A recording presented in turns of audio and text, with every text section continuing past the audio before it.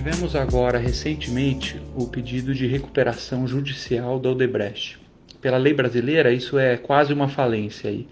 A empresa estava devendo mais de 100 bilhões e não aguentou cumprir os seus compromissos. Agora, esse episódio ele é uma grande lição e um marco na história do Brasil dos últimos anos, porque nos ajuda a entender melhor um pouco o que aconteceu no Brasil e como se deu esse projeto de poder chamado petismo.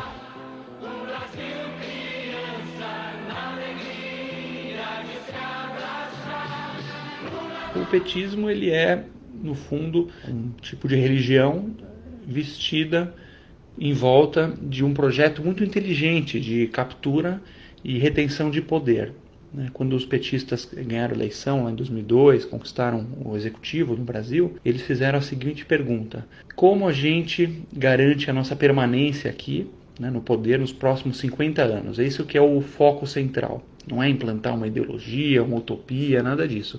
É simplesmente o poder cru e nu a longo prazo. E para isso foi desenhado um projeto muito inteligente, muito completo, admiravelmente inteligente até, que envolve alguns pilares para garantir esse poder. O primeiro pilar, obviamente, é você mapear todos os grupinhos de interesse no Brasil, os grupinhos de influência, e dar um jeito de cooptar esses grupinhos, trazer eles para perto e colocar eles debaixo das asas do governo central. São esses grupinhos a classe dos artistas, a classe dos intelectuais nas universidades, principalmente os movimentos sociais, movimento negro, movimento gay, ao cooptar esses grupos para sua ideologia, os altos funcionários públicos de algumas categorias, os sindicalistas, o Congresso, alguns empresários amigos do poder, mapear todos que têm influência, que podem ou ajudar ou sustentar um governo, ou mesmo os que podem atrapalhar. E como que você atrai esse pessoal? Você basicamente precisa dar uma tetinha. Esse pessoal funciona na base de tetinha. Por exemplo, no caso dos artistas, tem uma tetinha muito importante chamada Lei Rouanet, que não foi nem inventada pelos petistas, se justiça seja feita, ela vem de antes. Já na época do PSDB já tinha essa tetinha para os artistas. Lei Rouanet é uma lei que permite você desviar dinheiro da saúde, da educação, da polícia, desses serviços básicos, para financiar show de artista sertanejo, filme da Xuxa, exposição de homem de bunda de fora. Então é basicamente a tetinha dos artistas, é a Lei Rouanet que eles defendem com unhas e dentes. Os sindicalistas nunca ganharam tanto dinheiro quanto nos governos petistas, nunca teve tanta proliferação, tanta criação de sindicatos. A missão de um sindicato é lutar por benefícios para os trabalhadores, certo? Mas em vários lugares do país não é isso que vem acontecendo, não. Esses sindicatos são controlados por dirigentes corruptos. E no fim o dinheiro sai do bolso do trabalhador e vai direto para o bolso deles.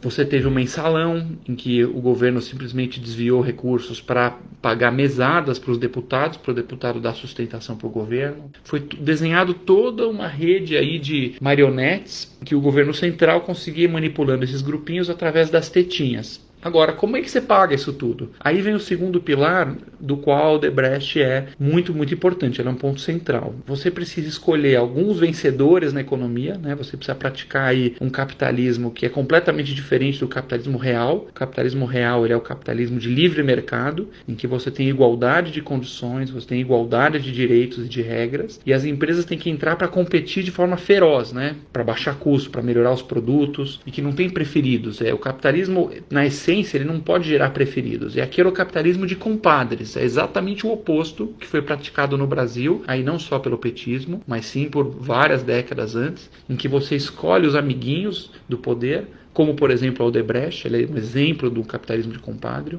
O ex-presidente da Odebrecht, Marcelo Odebrecht, afirmou hoje em depoimento ao juiz Sérgio Moro que a empresa mantinha um funcionário responsável pelo pagamento de propinas desde 1990. E aí para esses amiguinhos você dá dinheiro quase de graça do BNDES, você dá contratos públicos para eles atenderem as estatais, que foi o caso do Petrolão.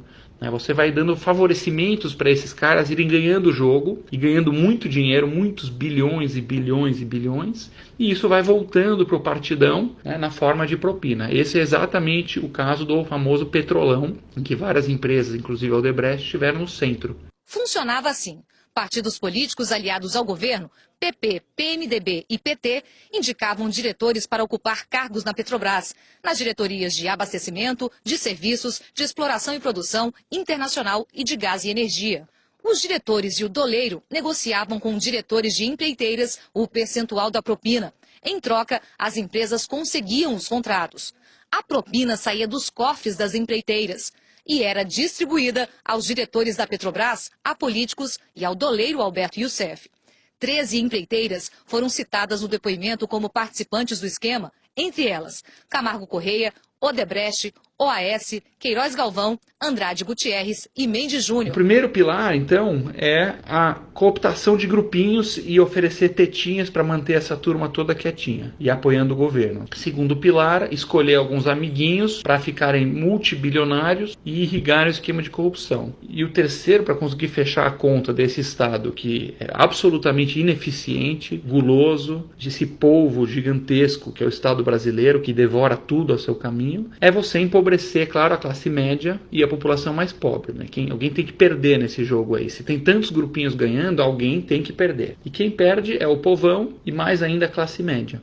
Essa é a equação aí que fecha dessa forma. Um Estado cada vez mais inchado, em que você vai dando os cargos, dando as verbas, ele vai engordando, vai deixando toda a companheirada feliz, vai deixando o funcionalismo feliz, vai deixando os empresários amigos felizes, e o povão continua na miséria e na ignorância. Você tem um exemplo, por exemplo, Bolsa Família, um programa muito bem desenhado, aliás, um programa bacana, porém há de se levar em conta que o Bolsa Família ele entrega cerca de 30 bilhões de reais ano para o povão. Só que esse mesmo povão que recebe os 30 bilhões ano do Bolsa Família, paga de imposto escondido nos produtos 150 bilhões, é 1 para 5. Ou seja, aquela família humilde que recebeu R$1 de Bolsa Família, que está feliz, grata, apoiando o petismo, essa mesma família não sabe que ela está pagando R$5 em imposto escondido no remédio da vovó, imposto escondido no sabonete, na lata de milho. É um esquema muito bem desenhado, em que você tem a ilusão de estar ajudando o povo, mas ao mesmo tempo cobrando uma carga muito maior. E por fim, o perdedor é a classe média.